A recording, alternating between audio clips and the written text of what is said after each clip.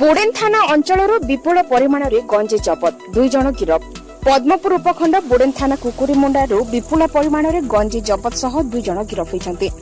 कुकुरीमुंडा ग्राम grammar Rajendra बढ़ई नामक व्यक्ति गंजे बिक्री करुवा विश्वस्त सूत्रु खबर पाई बोडेन थाना अधिकारी बीरबर भगत गतकाली अपराह समय चढ़ाऊ करते। चढ़ाऊ बेले 48 किलो 220 ग्राम गंजे जबत करने सहित 2 जन विक्रेता राजेन्द्र बढ़ई और रंजन भैंसा को गिरफ कर बोडेन थाना केस नंबर 7 15 अक्टोबर 2020 रे केस कर उभय को कोर्ट चालाण कर अभियुक्त माने बौद्ध अंचल गंजे आनी बोडेन थाना अंचल में बिक्री करुवा पद्मपुर उपखंड पुलिस अधिकारी प्रदीप कुमार साहू सांबादिक सम्मेलन में सूचना देते। पद्मपुर नीरज कुमार पाणी रिपोर्ट ओडिशा न्यूज 24।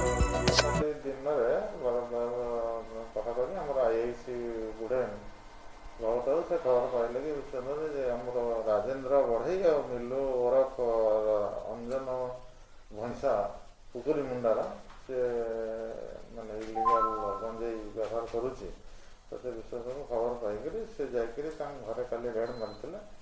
रेड मारला घर मास्टर सामने उपस्थित रेड कराइला। रेड करा घर 48 केजी 220 ग्राम गंजेई घर मिलता से जबत कराई।